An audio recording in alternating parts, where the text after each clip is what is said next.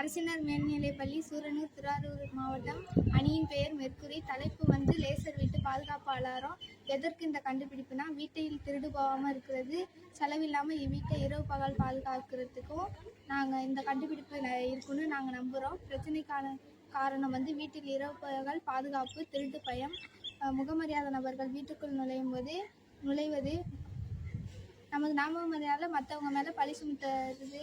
பிரச்சனைக்கான விளைவு: பொருட்கள் திருடு போகும், வீடு பாதுகாப்பற்ற சூழல் உருவாகும், தேவையற்ற அச்சுறுத்தல் நிகழும். பாதிக்கப்படக்கூடியவர்கள்னா வீட்டில் உள்ளவங்க, கடையில் உள்ளவங்க, வங்கியில் உள்ளவங்க, அலுவலகத்தில் உள்ளவங்கன்னா.